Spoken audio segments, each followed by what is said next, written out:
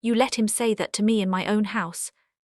My voice cracked so hard on the last word that even I barely recognized it.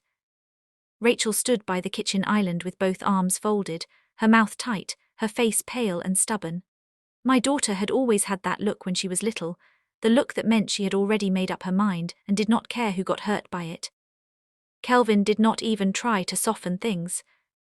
He leaned against the counter like he belonged there, like the man I had tolerated for 6 years now had some right to stand in my kitchen and tell me where I was welcome and where I was not. Linda, nobody attacking you, he said, in that smooth voice of his that always sounded calm right before he cut somebody open. We're just saying this summer needs to be about our family. I stared at him. Our family. Rachel exhaled hard. Mom, please don't do this. No, I said. No, let's do this. Let's really do this. Because I want to hear my daughter explain to me why the lake house I paid for, designed, furnished, and kept running for 12 years is suddenly not a place for me. Rachel rubbed her forehead. You're twisting it. I am repeating it. Kelvin straightened up. You know what, this is exactly why Rachel didn't want to tell you in person. My head turned so fast my neck hurt. In person. Rachel looked down. Something cold moved through my body. What does that mean? I asked. Rachel, what does that mean? She picked up her phone from the counter, then set it back down without unlocking it. Her fingers were shaking. For one small second, I saw the little girl she used to be, the one who would hide behind my legs on the first day of school. Then she looked up and became someone else again. I was going to call you this afternoon, she said. I just wanted to find the right words. I laughed, but there was no humor in it. Oh, I think Kelvin found them for you. Mom. No, go ahead, let's hear the right words. Rachel swallowed. Kelvin thinks it would be better if we keep the lake house just for our family this summer. I stared at her. Then I asked the question I already knew would hurt me more than the answer. And what am I? Rachel's eyes filled for half a second, but Kelvin jumped in before she could speak. You know that's not fair. I looked at him with a hate so clean and sharp it scared me. Nothing about this is fair, I said. Not you speaking for her, not you standing in my kitchen, not you acting like I'm some outsider when I built that place with money I earned working double shifts and holidays and weekends while raising her alone. Rachel flinched. Mom, please stop bringing that up every time. Every time. That did something to me. Every time. As if paying for her dance lessons, her braces, her college books, her rent after graduation, and that Lake House itself was some annoying story I told to win arguments, as if it was not my whole life. As long as people keep forgetting, I said quietly, I will keep bringing it up. Nobody moved. The kitchen clock ticked louder than it should have. The roast in the oven, the one I had made because Rachel said they were coming over to talk, suddenly filled the room with a smell that turned my stomach. That morning I had ironed the good tablecloths. I had sliced lemons for iced tea. I had even bought Kelvin that expensive root beer he liked and pretended I did not mind spending $3 a bottle on a grown man who never once brought flowers, not once, not even after they got married. I should have known. When a daughter says, we need to talk, and brings her husband, something is already dead before they get there.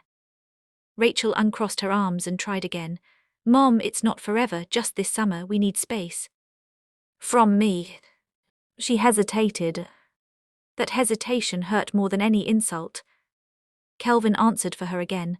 From the tension, from the pressure, from feeling like guests in a place that should feel like theirs too. I let that sit in the air.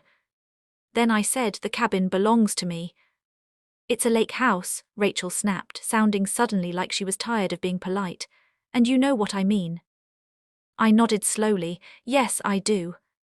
The truth was, I did know. I knew Rachel had changed after marrying Kelvin. I knew she hated when I corrected him.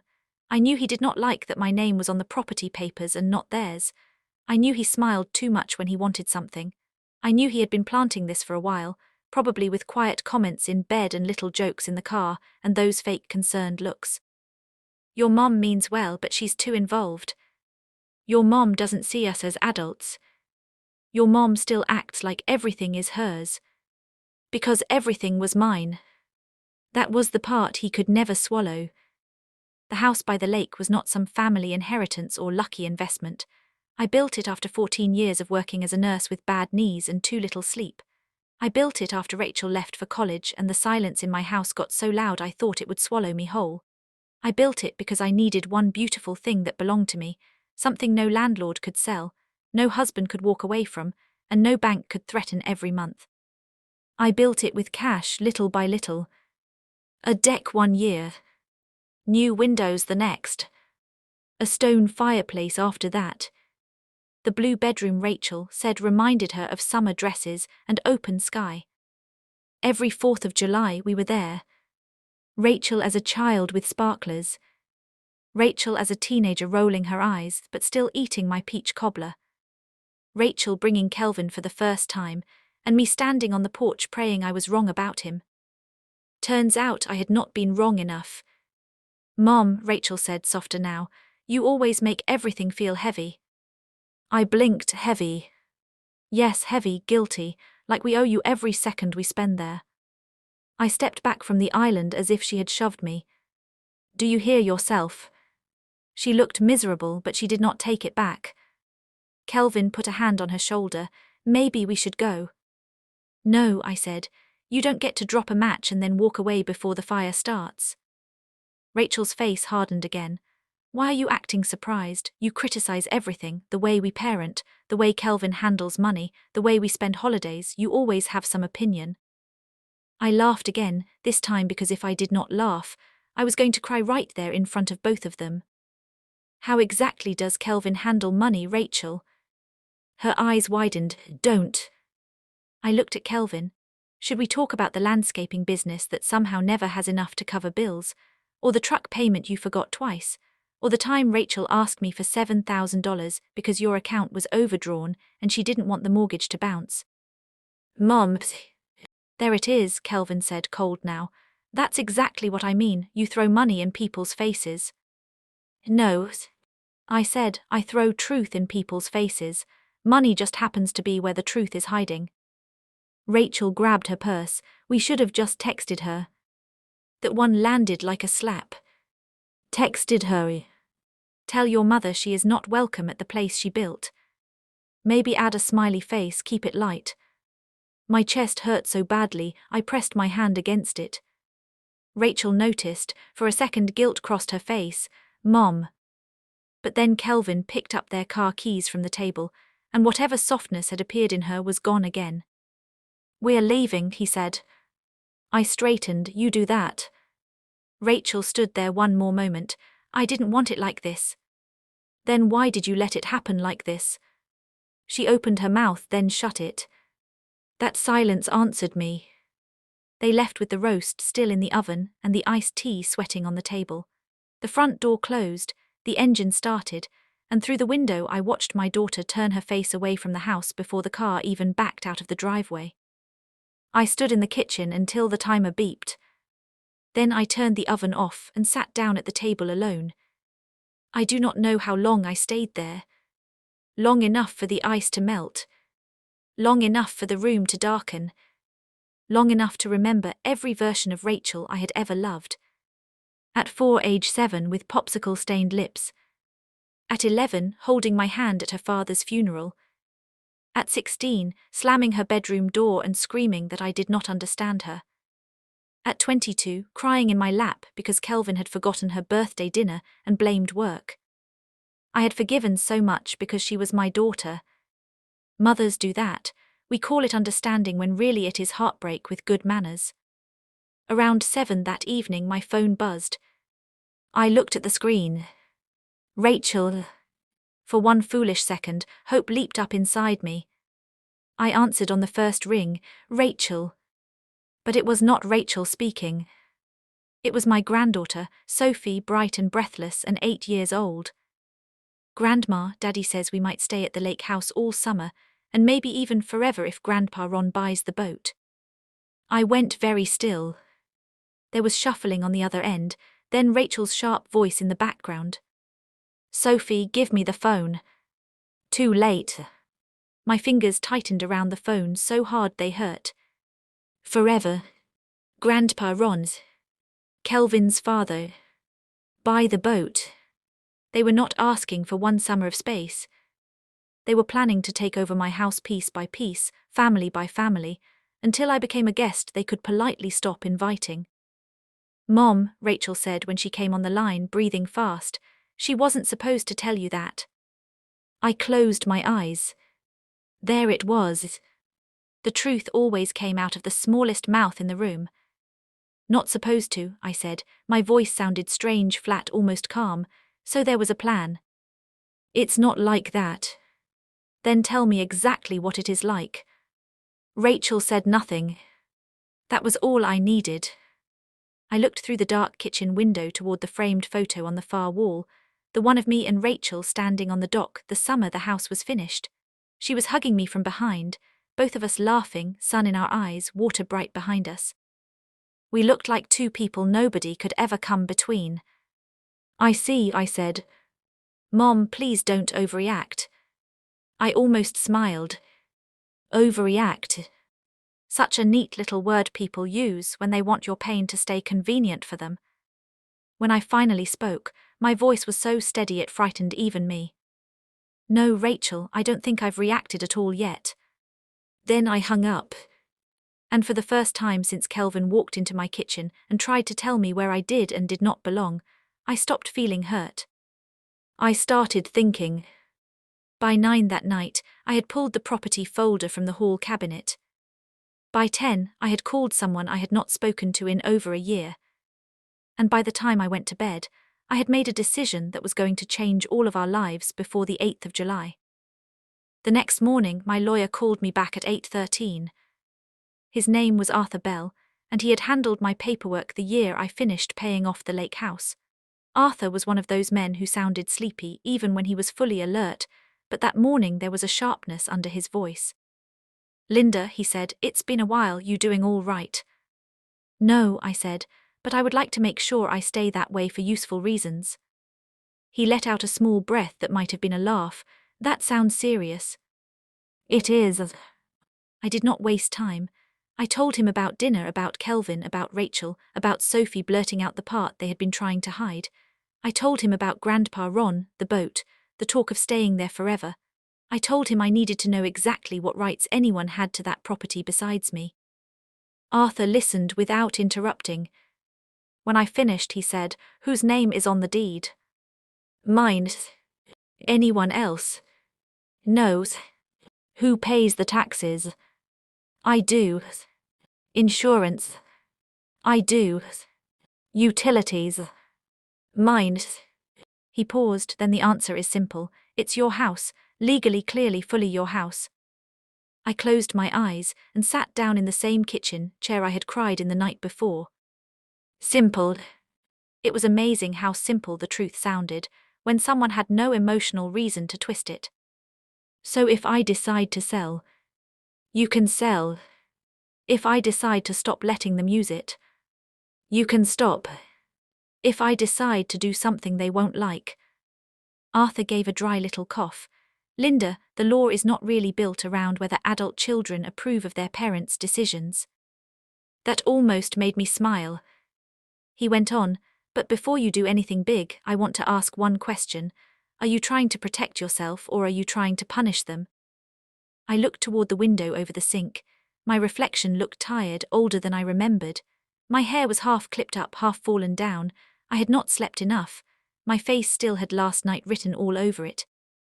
I don't know, I said honestly. Maybe both. Arthur was quiet for a moment. Well, he said, one of those motives will let you sleep later. The other one won't. But either way, call me before you sign anything. After we hung up, I made coffee and drank it standing up. I did not turn on the television. I did not call Rachel. I did not stare at my phone waiting for an apology that was not coming. Instead, I drove to the lake. The road there was one I could have taken blind. I knew every bend, every gas station, every stretch where the trees opened enough to let the sunlight spill over the hood of the car. I had driven that road with Rachel in the backseat singing off-key to pop songs, with casseroles in foil pans on holidays, with beach towels and board games and bags of charcoal and watermelon and folding chairs.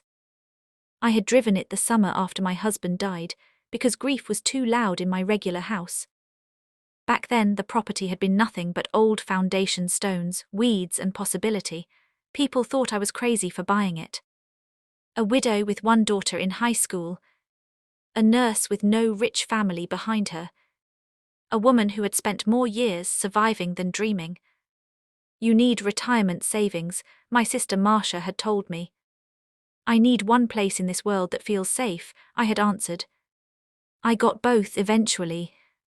That morning, the lake was quiet and silver under a pale sky. The house sat exactly where it always had, blue shutters, white porch railing, flower boxes under the windows, the dock stretching out into still water like an open hand. For 1 second, pulling into the gravel drive, I forgot everything.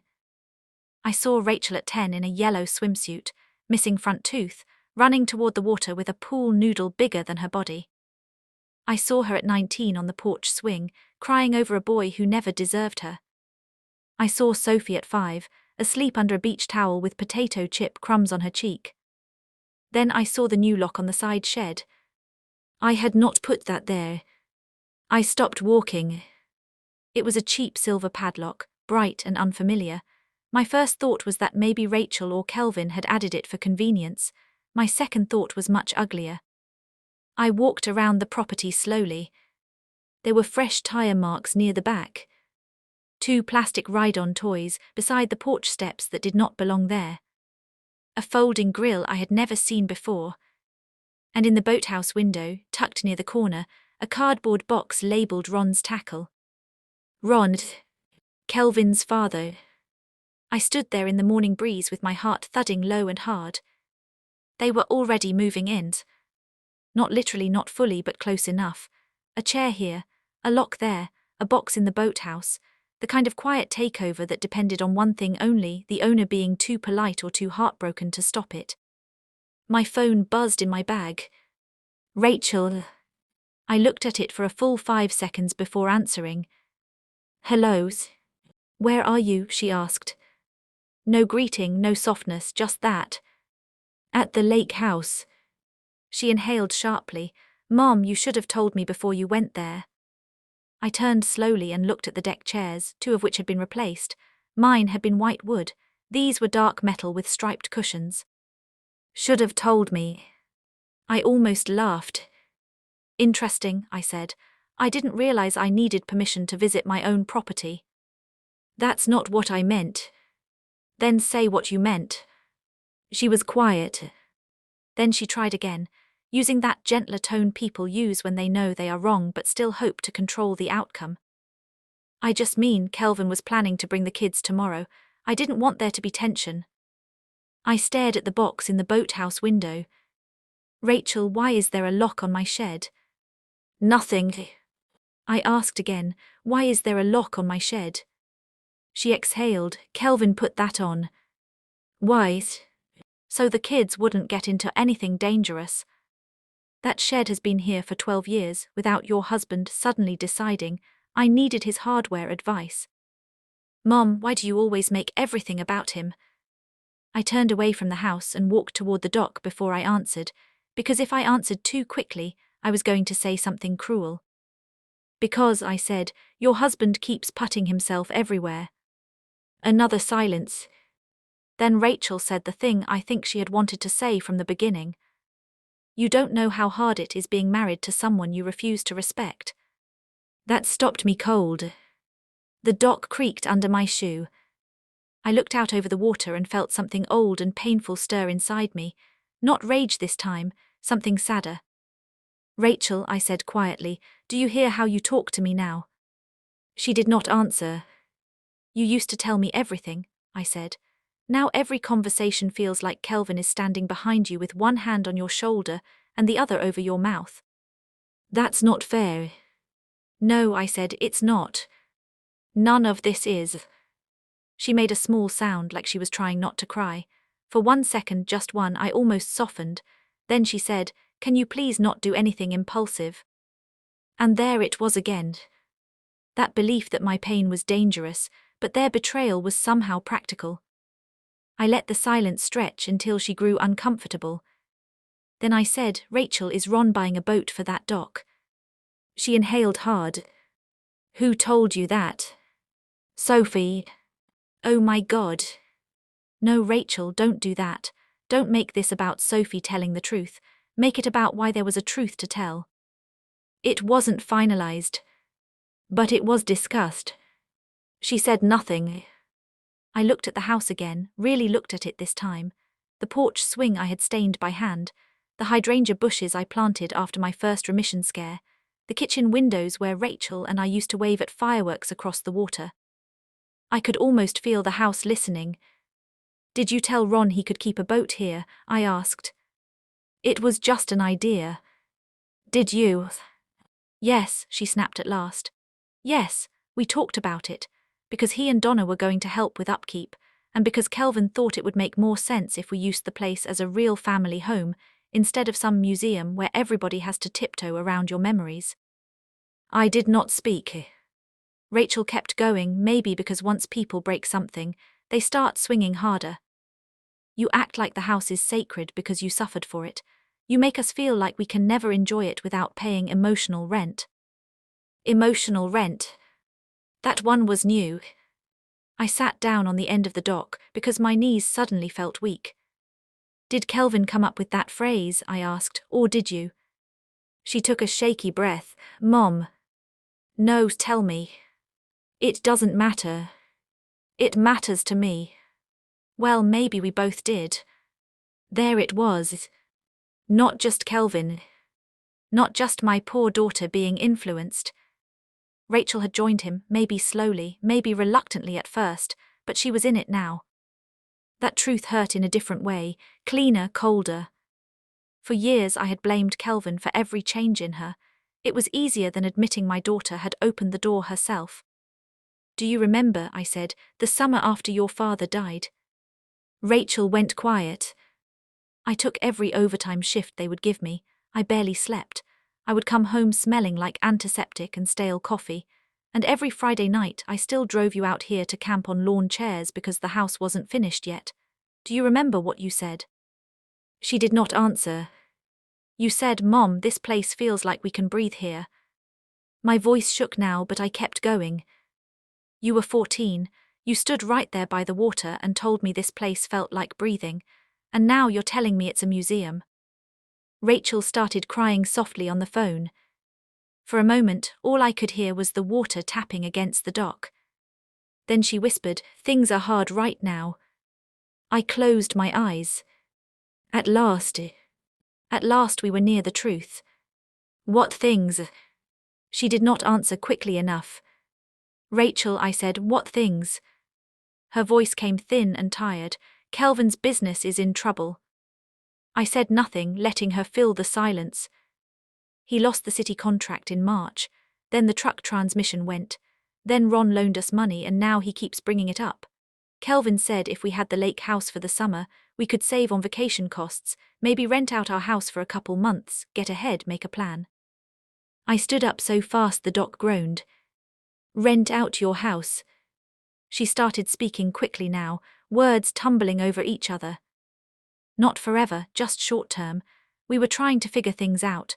Kelvin thought if we stayed at the lake place, Ron could help with the kids and maybe we could breathe for a little while. There was that word again.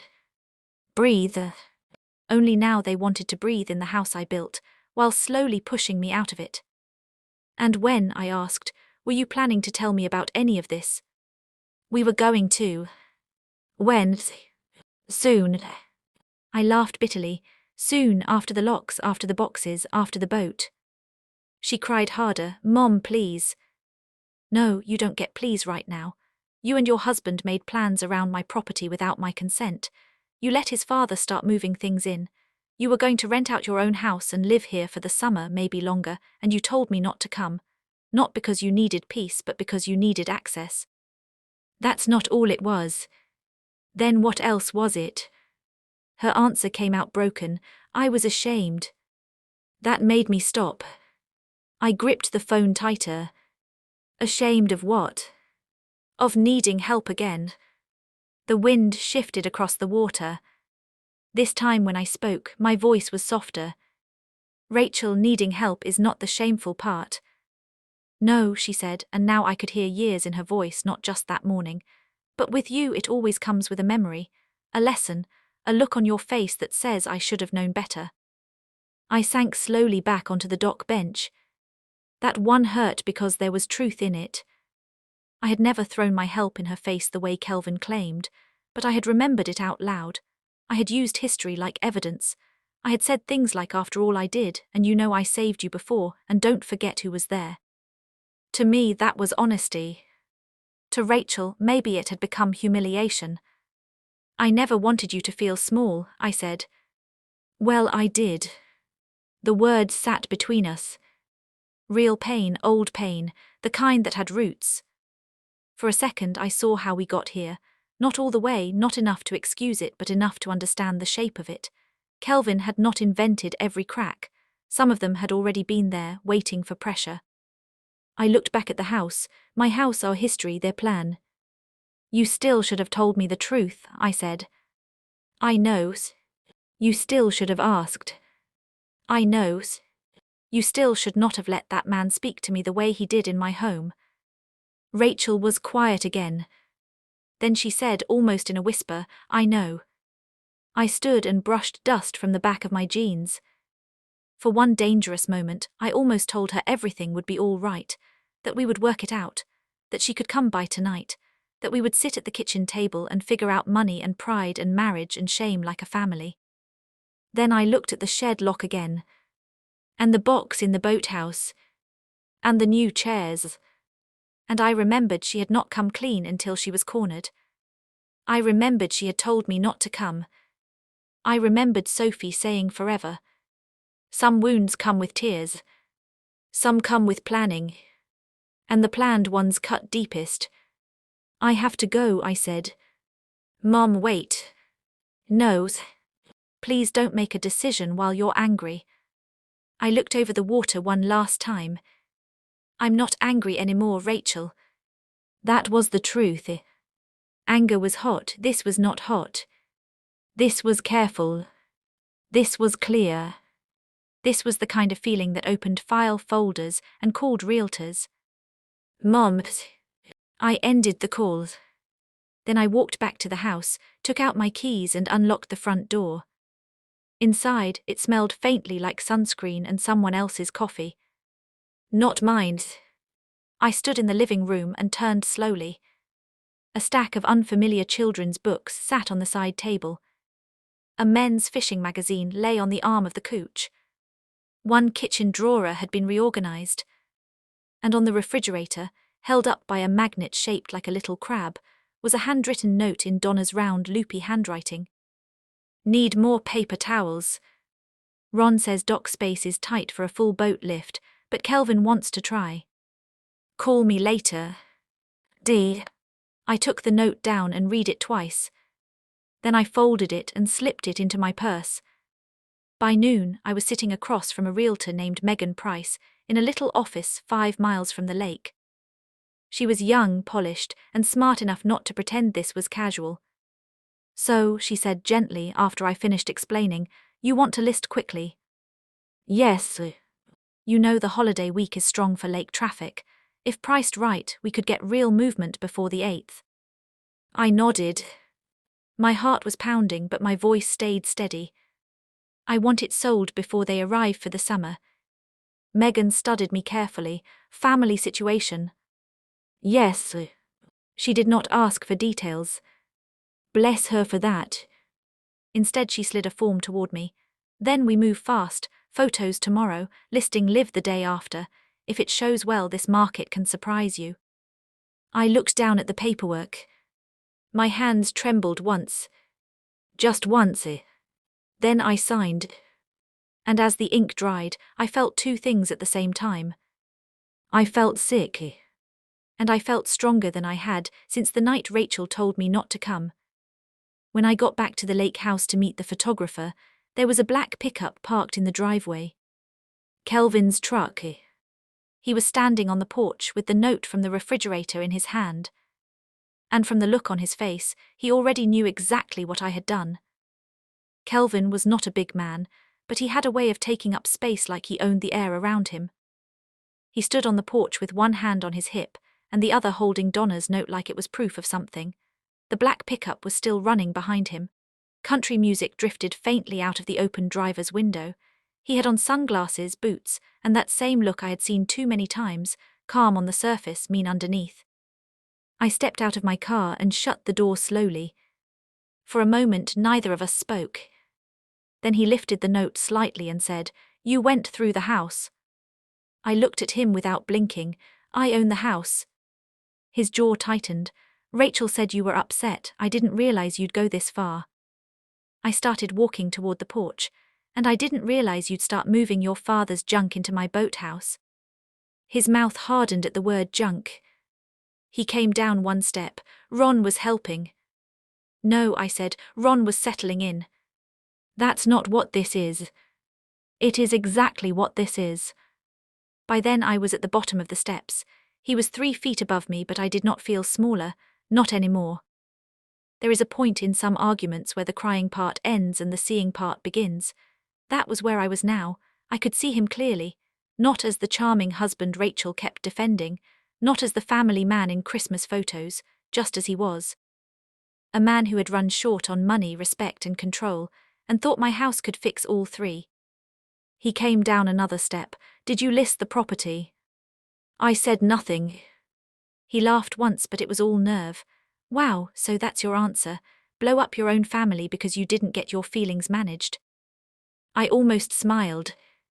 That was Kelvin's gift, turning theft into hurt feelings, disrespect into sensitivity, and plans into misunderstandings. "My feelings," I said. "That's what you think this is about." He spread his hands. "What else would it be? Rachel asks for 1 summer of peace and you go nuclear." "1 summer of peace," I repeated. "That's what you're calling locks, boxes, notes on my fridge, and your father measuring dock space for a boat lift." He looked away for half a second. That half second told me more than anything else. "You really thought I wouldn't notice," I said softly. He looked back at me. "You notice everything." "Yes," I said, "that must be very inconvenient for you." His face changed then. The polished tone slipped. What came through was the man Rachel probably saw when doors closed. "You've always hated me," he said. I held his gaze. "No, that would have been simpler. I tried very hard to give you a chance." He scoffed. "I did," I said. "I sat through your stories. I loaned money I never expected to see again. I smiled for Sophie and Ben when all I wanted to ask was why my daughter always looked tired beside you." His nostrils flared. "Rachel looks tired because life is hard." "Life is hard," I said, "but somehow it always gets harder right after one of your ideas." He stepped off the last stair. Now we were eye to eye, close enough for me to smell aftershave and coffee on him. "Let me make this very clear," he said quietly. "If you sell this house, you're not just hurting Rachel, you're hurting your grandkids." There it was. The children. The shield people use when the truth is ugly.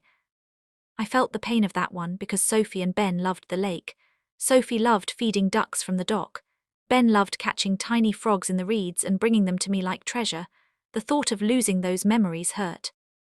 But then I thought of Sophie blurting out forever, not even knowing she was telling on them. I thought of my granddaughter growing up learning that love meant taking what belonged to someone softer and calling it family. "No," I said, calm as still water. "You hurt them when you made plans you had no right to make." His voice sharpened. "You don't get to judge how I provide for my family." "I do when your plan for providing involves taking from me." He shook his head and laughed bitterly. "You love that word, don't you? Taking, as if Rachel isn't your family, as if what's yours can't ever become hers." I took 1 step closer. "When I am dead," I said, "she can have whatever I decide to leave.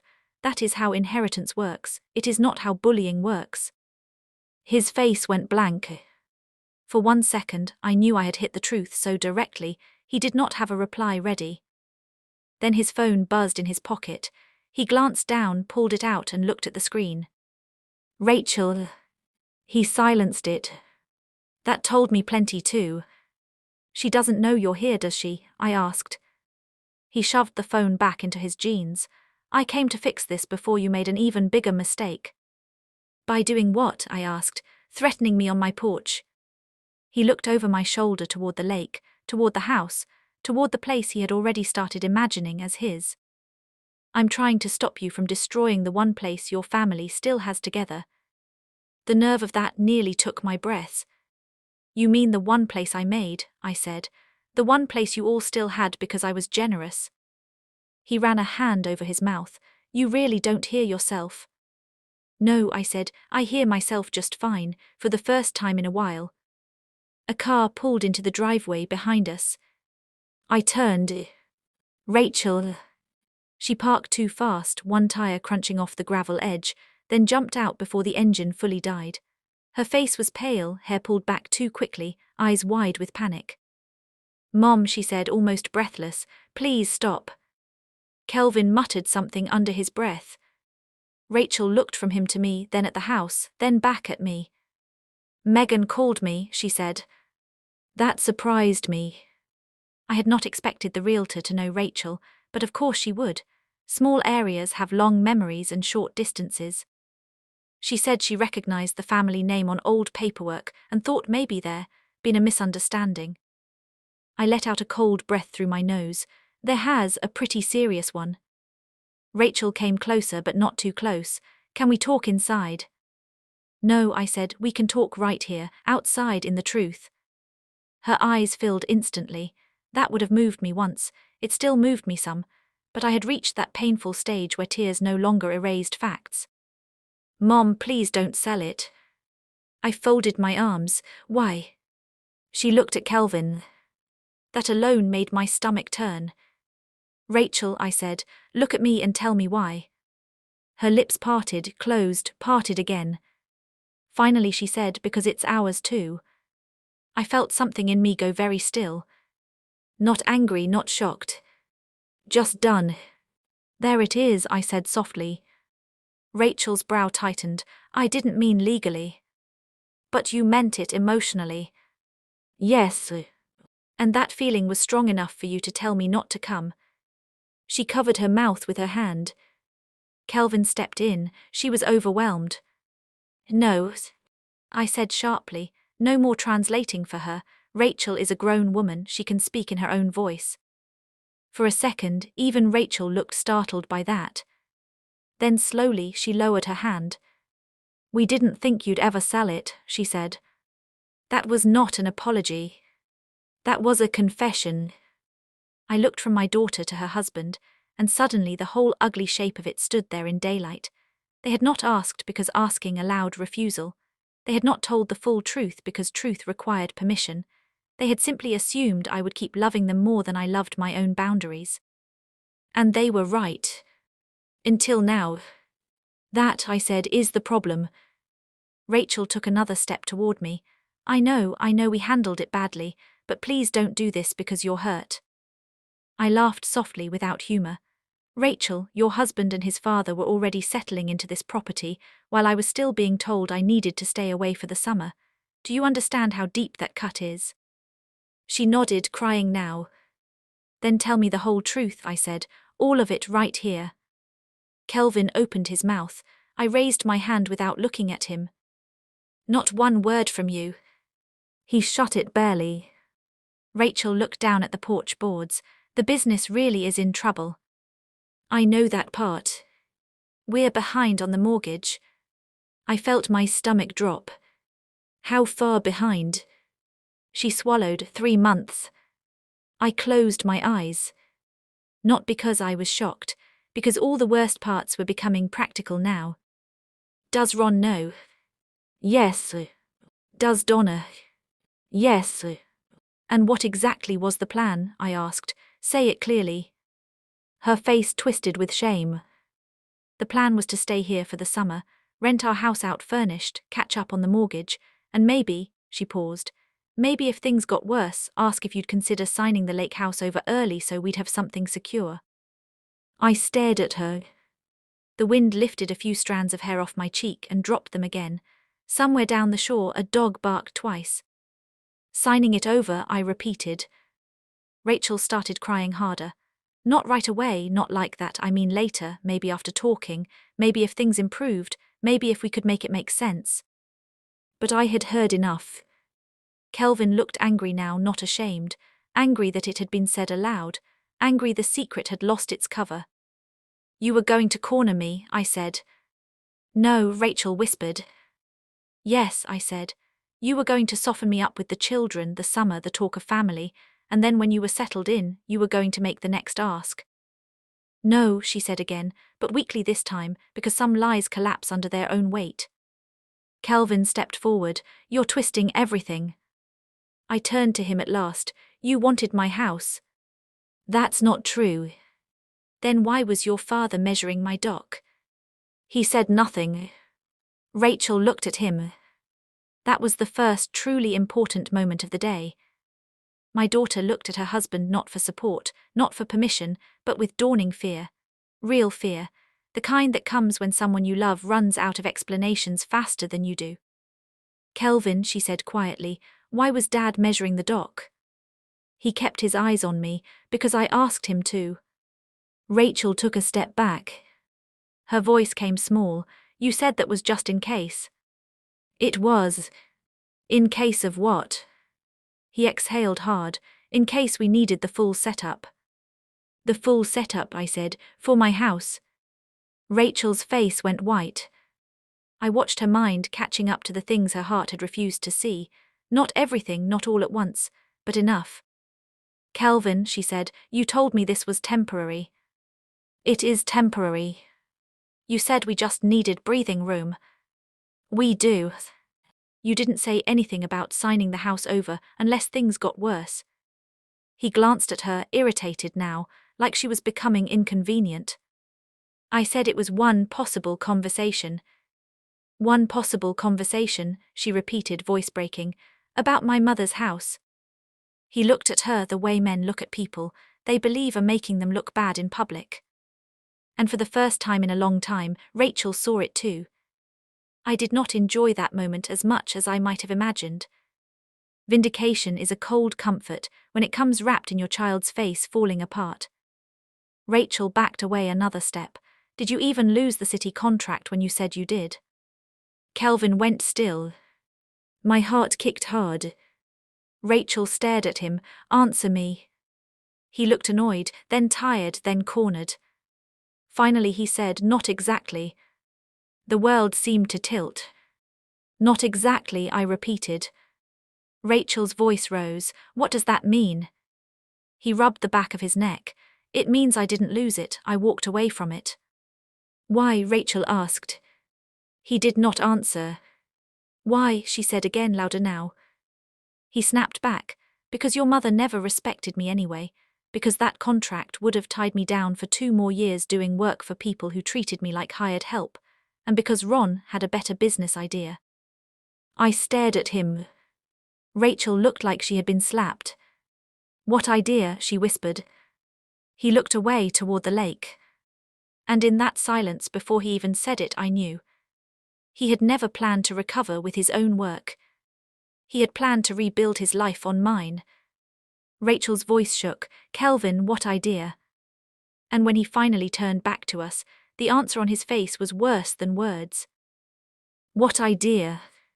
Rachel's voice barely sounded like her own. Kelvin looked from her to me and back again, and for the first time since I had known him, he did not seem polished. He seemed exposed.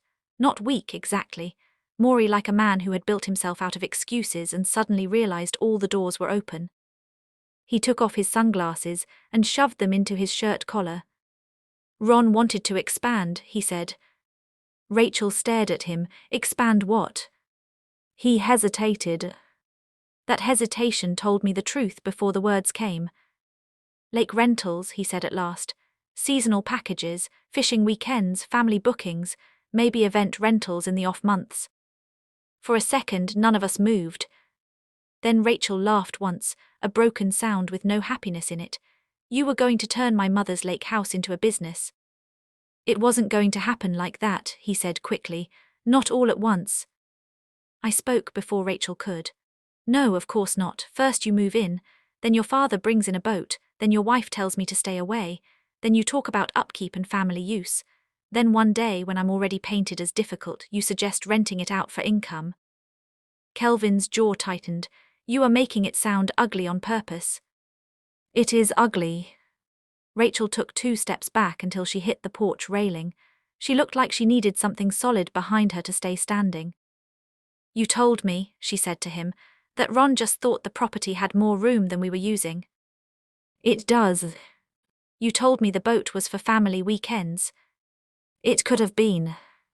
You told me everything was temporary. He ran both hands over his face. Rachel, I was trying to solve problems. No, I said, you were trying to solve your problems with my asset. He shot me a hard look. It's not an asset to them, Linda, it's family. I held his gaze. That is what people say when they want free access to something expensive. Rachel covered her mouth. I could see the pieces falling into place in her.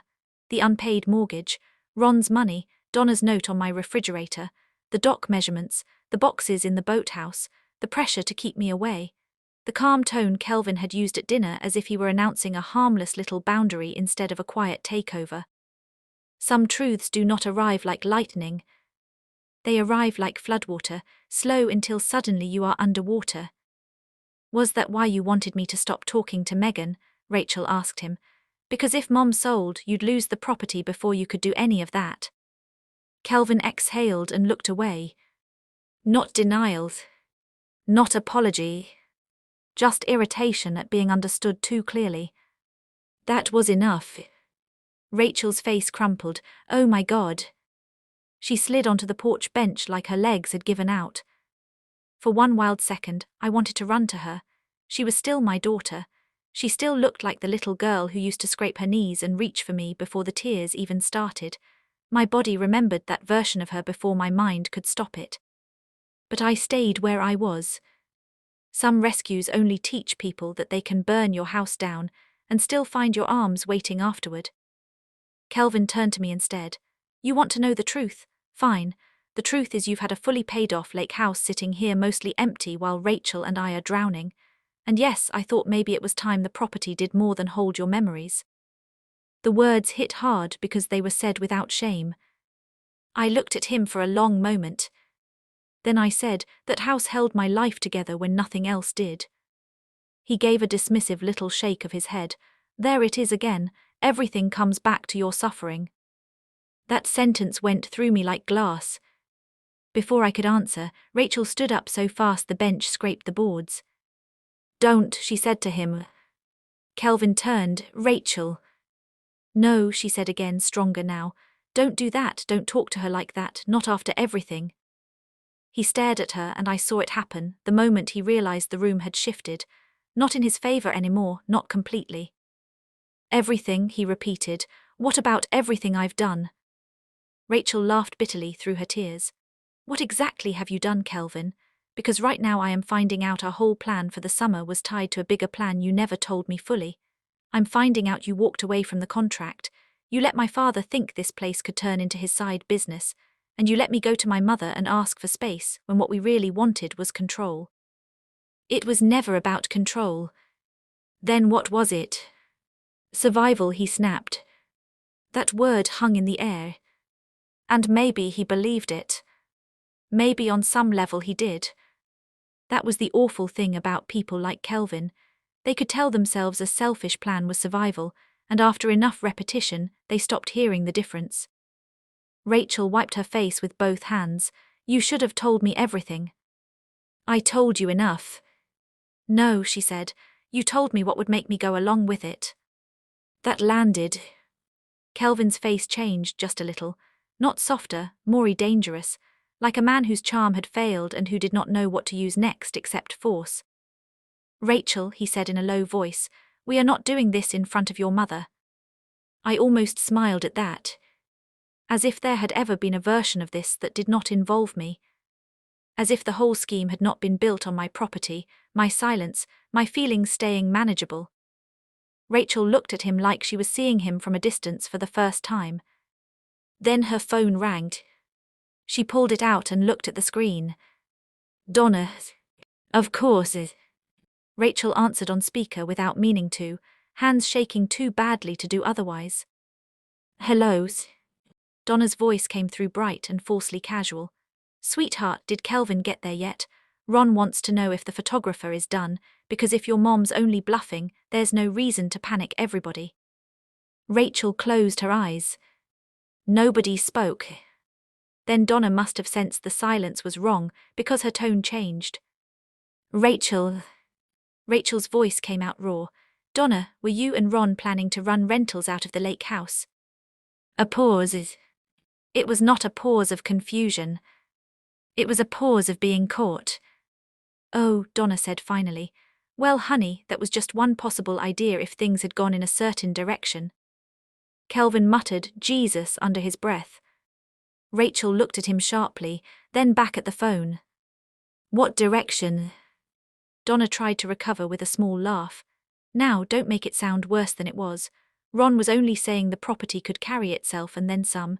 You kids need help, and your mom has more than enough. It seemed selfish for a house that size to sit there when the family could use it." I felt something ancient and female rise up in me then. The kind of anger women inherit from every time they were told to give more, because they were still standing. Rachel's mouth dropped open. "Selfish."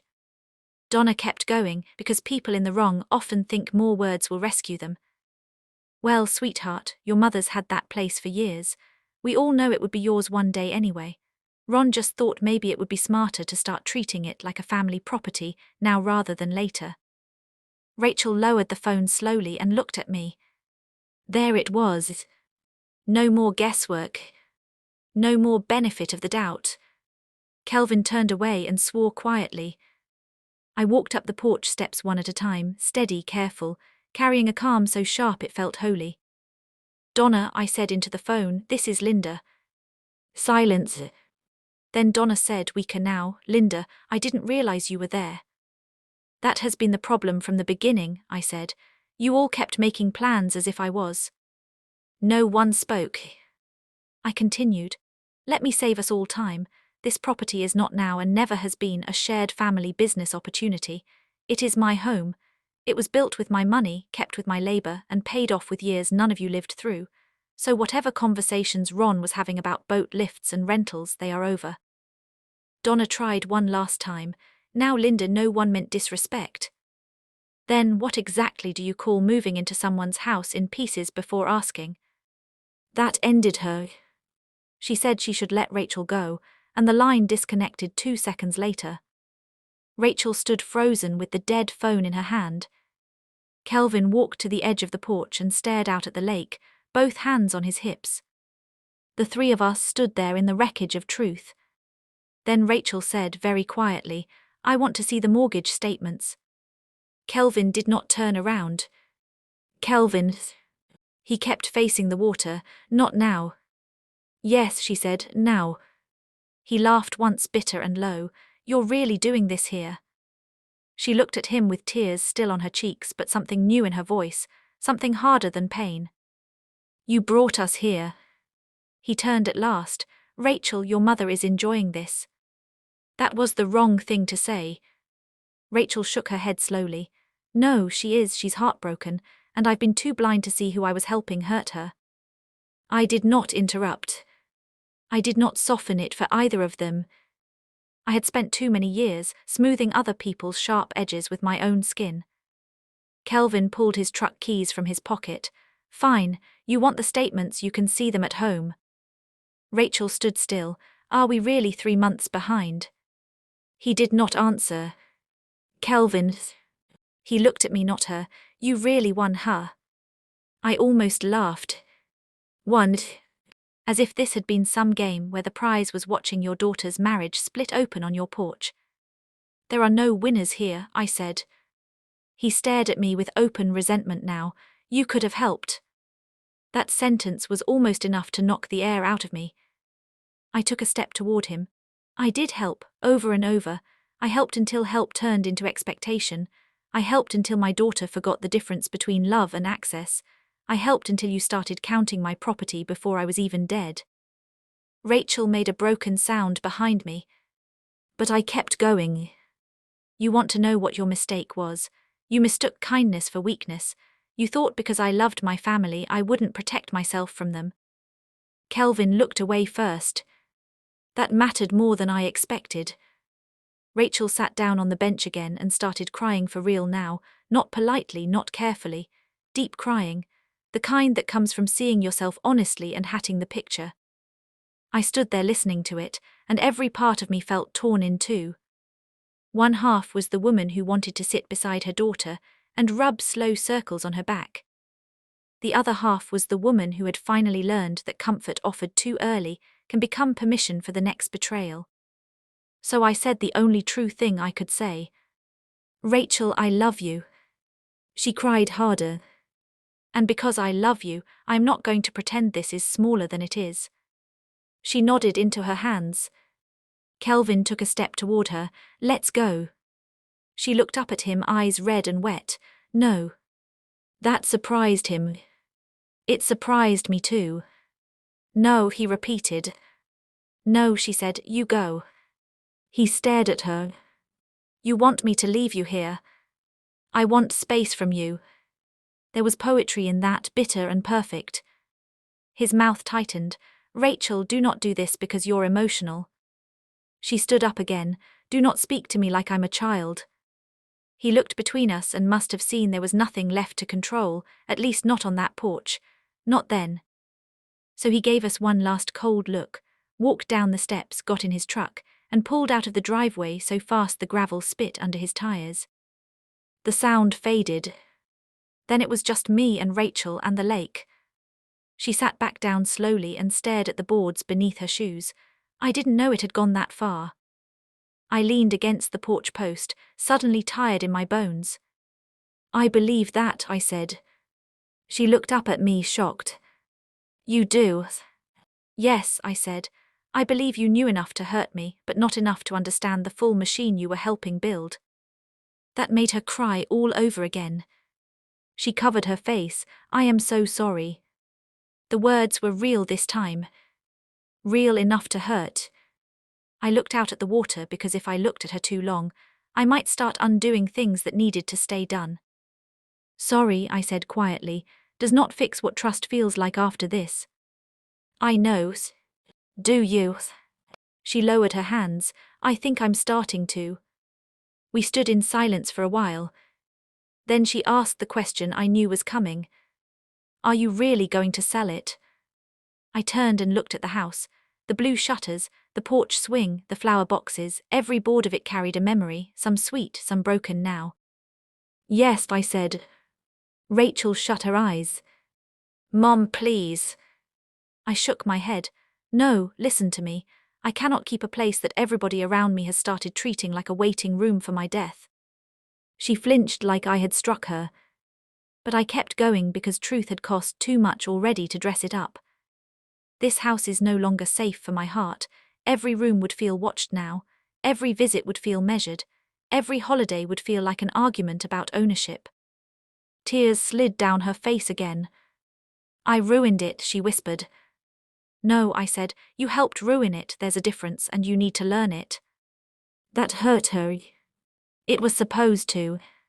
People cannot heal properly from what they still describe too kindly. Rachel nodded slowly, miserably. "What happens now?" Before I could answer, my phone buzzed. It was Megan. I picked up. "Linda," she said, voice clipped, "we have a problem, a serious one." My spine straightened. "What kind of problem?" "There's a lien search issue. Something was filed against the property address 6 weeks ago."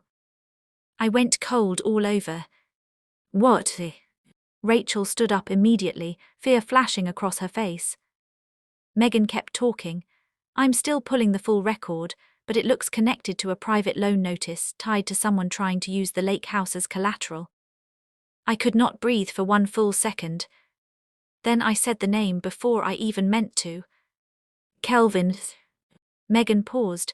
"Do you know if anyone in your family had access to old property documents?" I looked at Rachel. Rachel looked back at me. And from the horror on her face, she knew the answer before either of us said it.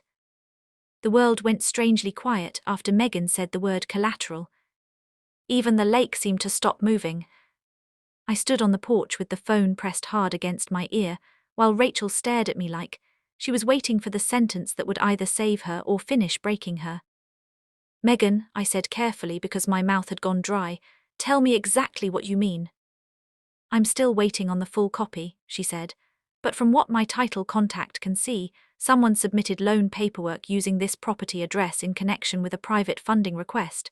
It does not mean the lien is valid yet, but it means there is a recorded issue attached to the house, and that can stop the sale until it's cleared." I gripped the porch rail so hard my hand hurt.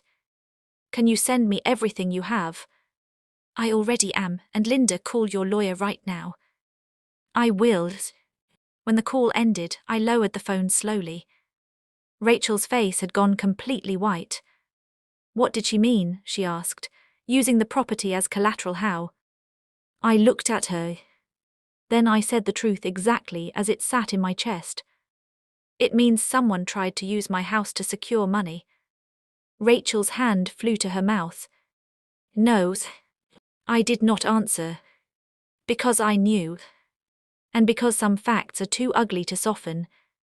Rachel shook her head hard, backing away as if distance could change what she had just heard. "No, Kelvin wouldn't do that. He couldn't." I wanted to say I hoped she was right. But hope had done enough damage in this family already. Instead, I pulled Arthur's number up and called him. He answered on the second ring. "Linda." "There may be a lien issue on the lake house," I said. "Megan says someone tried to use the property as collateral for a private loan." He went silent for a beat. Then his voice changed completely. "Do not leave that house, I'm driving up." "Arthur, who could even do that?" "Anybody with enough document information to attempt it," he said. "Whether it holds is another question, but if someone used your paperwork, forged anything, or misrepresented ownership, that's serious." Rachel sat down hard on the porch bench again. Arthur continued, "Did anyone ever have access to your deed copies, tax records, or file folders?" I closed my eyes. "Yes." And in that moment I saw it clearly. 3 years ago, when my basement pipe burst, Rachel had come over to help me move boxes before the restoration crew arrived. I had been grateful then. We sorted old papers in the dining room for hours. Property folders, insurance documents, tax envelopes, all of it stacked and moved and repacked in a hurry. Rachel had handled those boxes.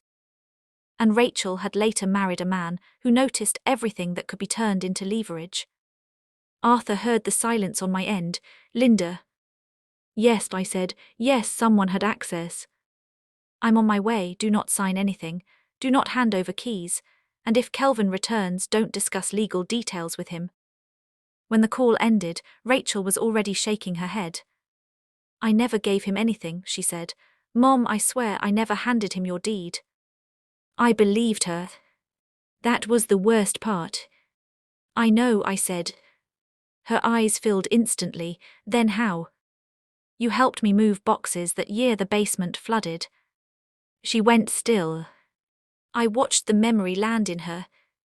Her face folded in on itself. "Oh my God." "Yes," I said quietly. She put both hands over her face and bent forward, elbows on knees, breathing hard. "I remember," she whispered. "He came by that evening to pick me up. The boxes were still open in the dining room. I went upstairs to help you with towels, and he was down there alone for a few minutes." The porch seemed to tilt under my feet. A few minutes. That was all greed sometimes needed. Rachel looked up at me with raw horror. "I didn't know, I didn't think." "No," I said, "you didn't." And there it was again, the heart of so many tragedies. Not always cruelty first, sometimes carelessness, sometimes pride, sometimes letting the wrong person stand too close to what matters. 40 minutes later Arthur arrived, carrying a leather briefcase and looking far more awake than he had sounded that morning. Megan pulled in behind him with printed documents in a manila folder. We all sat inside at the dining table, the same one where I had once served birthday cakes and card games and grilled corn and fireworks night pie. Now it held evidence. Arthur read first, jaw set tight. Then he slid the top page toward me. Across the application was the lake house address. A rough property valuation. a request for short-term business capital, and an attached note describing proposed seasonal rental conversion. My stomach turned. Seasonal rental conversion. Megan pointed to a signature line. This is where it gets strange. The borrower name is Kelvin Mercer, but the property owner consent section is incomplete. Someone attached an unofficial copy of an older tax document and a scanned county record summary, but there's no valid deed transfer and no notarized authority. Arthur tapped the page, which means he likely tried to convince a private lender he had a claim or pending control over the property. Rachel stared at the papers like they were in a language she did not know. He tried to borrow money against your house, she whispered. Arthur nodded once. He tried to use the house to make himself look secure enough for the loan. That alone is ugly. If he forged or misrepresented anything, it may also be actionable. I sat very still. There is a point when pain passes grief and becomes understanding. Not peace, not even strength exactly, just a terrible, clean understanding of who someone is. I had spent years thinking Kelvin was manipulative, lazy with money, too smooth, too eager to benefit from what he had not built. But even then I had underestimated him. He had not only wanted my house, he had already started spending it in his head. Rachel made a small choking sound. He told me Ron was helping us because family sticks together. I looked at her. Family, I said, was the costume. That sentence stayed in the room. No one argued with it. Arthur straightened the papers. Here is what happens now. First, I file immediate notice disputing any claimed encumbrance. Second, we demand records from the lender. Third, if fraud is involved, we push harder. And fourth, if you still want to sell, we clear title as fast as possible and keep moving. I nodded. My voice came out stronger than I felt. I still want to sell. Rachel looked at me with tears rising all over again. This time, though, she did not argue. That mattered. Megan turned to Rachel gently. I'm sorry, I know this is a lot. Rachel laughed once, broken and low. A lot, yeah, that's one way to say it. Arthur packed the papers back into his briefcase. Kelvin needs to be confronted carefully, not emotionally, carefully. I'd prefer it happen with witnesses. Rachel wiped her eyes. I want to be there. I looked at her. You're sure? No, she said honestly, but I need to hear him say it. So that evening, just before sunset, Rachel called him and asked him to come to the lake house. He arrived an hour later. Not in a storm of anger this time, not with loud tires and swagger. He came slower, like he already sensed the ground had shifted under him. His truck rolled into the driveway, parked, and stayed still for a long moment before he stepped out. When he saw Arthur and Megan's car, his face tightened. He came onto the porch cautiously. What is this? Arthur stood first. Arthur Bell, counsel for Linda Hayes. Kelvin stopped. That stopped him more than shouting ever could have. Inside, we sat in the living room. Arthur did most of the talking. Calmly, clearly. He laid the papers on the coffee table and watched Kelvin's face while he explained the collateral filing, the disputed lender notice, the property misuse, the legal exposure. Kelvin denied it immediately. I never filed a lien. Arthur nodded. That is not what I said. Kelvin's eyes flicked to Rachel, then to me. I was exploring options, he said. That's all, nothing final happened. Arthur folded his hands. Did you present this property to a private lender as part of a business capital request? Kelvin's jaw tightened. That depends what you mean. Arthur did not blink. It means yes or no. Silence. Rachel stared at him, face drained of all softness. Kelvin. He looked at her, and for the first time I saw something like shame flicker. Not enough, but some. Yes, he said finally. I talked to someone. Rachel shut her eyes. I felt no satisfaction. Only exhaustion. You talked to someone, Arthur repeated, using property that does not belong to you. I wasn't trying to steal it, Kelvin snapped. I was trying to buy time. With what authority? Arthur asked. Kelvin looked at me then, like he expected me to still be the one person in the room who might soften. He was too late. I thought, he said slowly, that eventually Rachel would inherit it anyway.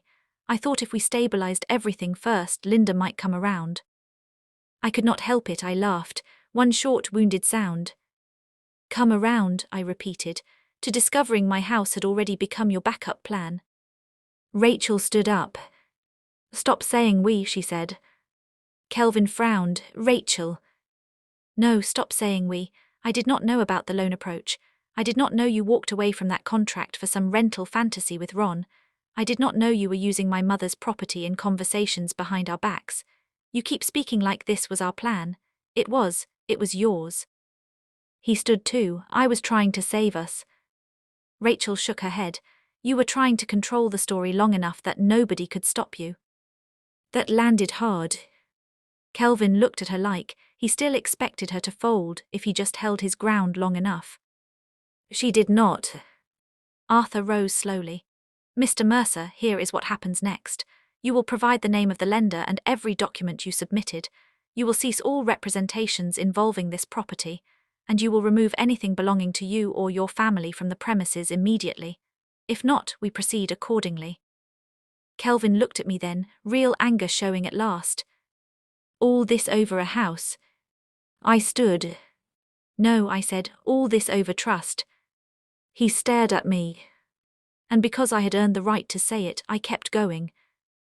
You told my daughter to make me feel like an outsider in the place I built. You let your parents act like my life was already community property. You made business plans on top of my memories. And then you tried to use my house to cover your own failures. So no, Kelvin, not all this over a house. All this because you never understood the difference between family and access. His face hardened into something flat. Then he looked at Rachel one last time. You're really staying on her side. Rachel's answer came quiet and deadly clear. I'm finally standing on the side of the truth. He left without another word. We heard the truck start, back out, and disappear down the road. No one moved for several seconds after that.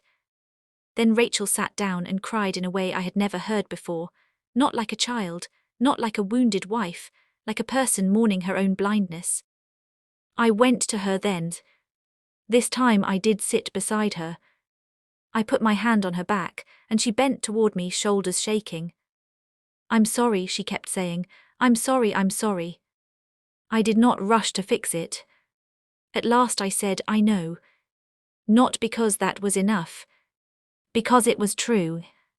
The next 2 weeks were a blur of paperwork, phone calls, signatures, statements, and silence where family noise used to be. Arthur moved fast. The lender backed off as soon as legal pressure hit. The recorded issue was cleared. Ron and Donna came for their things from the boathouse and porch, but not before Donna tried one last speech in my driveway about misunderstandings and stress and everybody doing their best. I told her, very calmly, that people doing their best do not plan around another woman's death. She got back in the car after that. Rachel left Kelvin 3 days later. Not dramatically. Not with broken dishes or screaming in the street.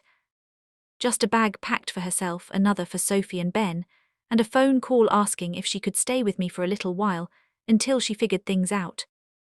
I said yes. That yes mattered because it was chosen, not taken. The children came into my main house carefully at first, like they could feel the sadness adults were trying not to spill on them. Sophie hugged me around the waist and whispered, "Are you mad at Mommy?" I knelt and told her the cleanest truth I could. I'm hurt, sweetheart, but hurt and love can live in the same house for a while. She thought about that seriously, then nodded like children do when they accept a truth bigger than their years. Ben asked if the lake house was gone forever. I told him it will belong to a new family now. He looked sad, but then he asked if they might have frogs there too. That made me smile for the first time in days. Yes, I said, I'm sure they will. We sold the lake house on July 7. 1 day before the date in my head had become a line in the sand. A retired school principal from Ohio bought it with her sister. They wanted a place for summers, books, grandkids, and quiet. When I met them after closing, one of them touched the porch rail and said, "You can tell this house was loved right." I almost cried right there in the parking lot.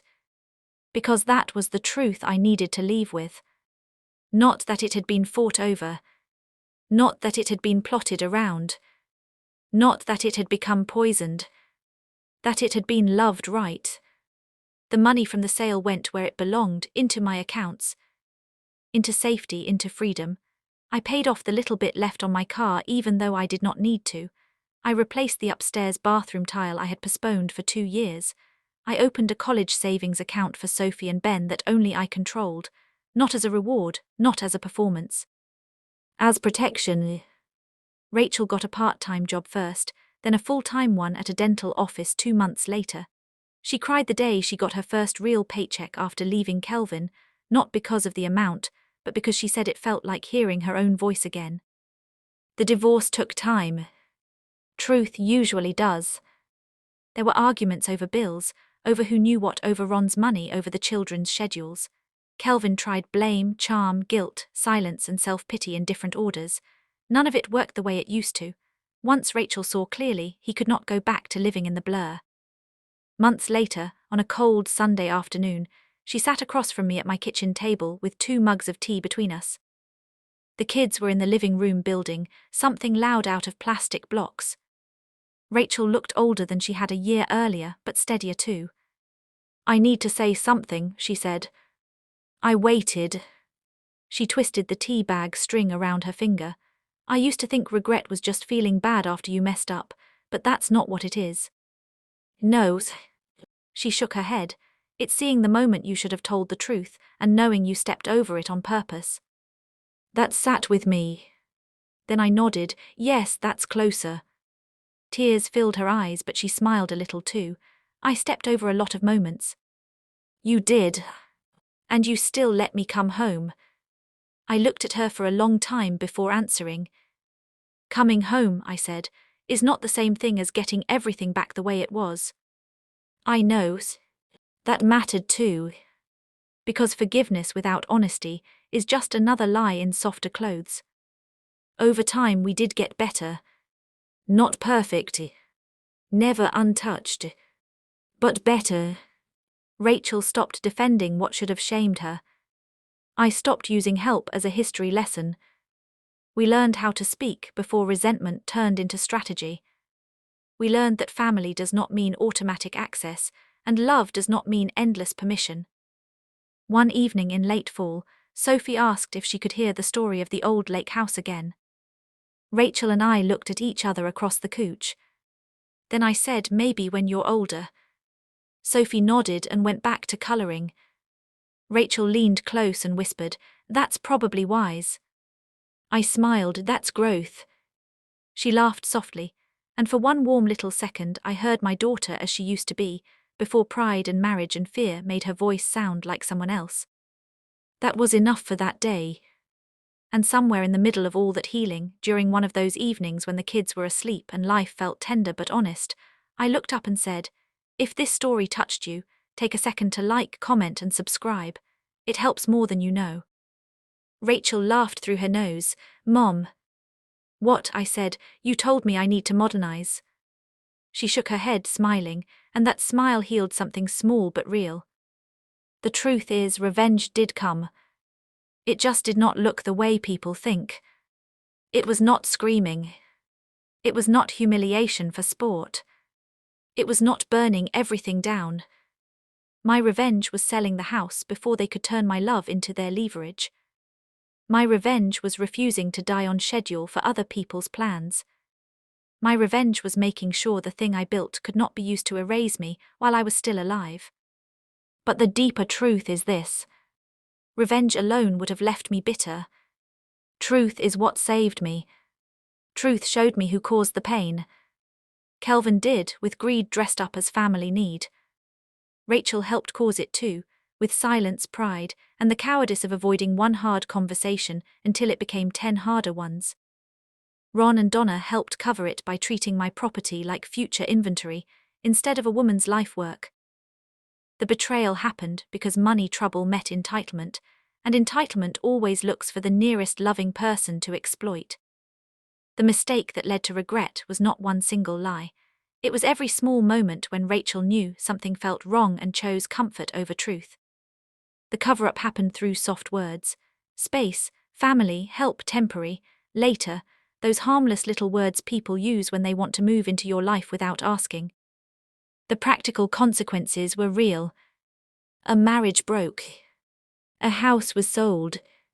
Trust had to be rebuilt from the floor up. Children had to live through a quieter kind of heartbreak. The emotional consequences were real too. My daughter learned what it costs to let a husband borrow her conscience. And I learned that love without boundaries invites disrespect wearing Sunday clothes. Do I miss the lake house? Yes. I miss the porch at sunset. I miss Rachel as a little girl running barefoot to the dock. I miss the version of our family that was never as safe as I thought. But I do not miss the feeling of being slowly erased from my own life. And that is the lesson. Do not wait for betrayal to become legal paperwork before you call it by its name. Do not confuse family with ownership. Do not confuse guilt with duty. And never, ever hand your voice to someone who benefits from your silence. The house is gone now. The lesson is not. And every 4th of July, when fireworks start somewhere far off and the windows tremble a little with sound, I think about that porch by the lake, the woman I was, the mother I had to become again, and the day I finally understood this simple thing. Some people regret losing what they tried to take. Some people regret helping them try. And some of us survive by making sure both kinds of regret arrive right on time.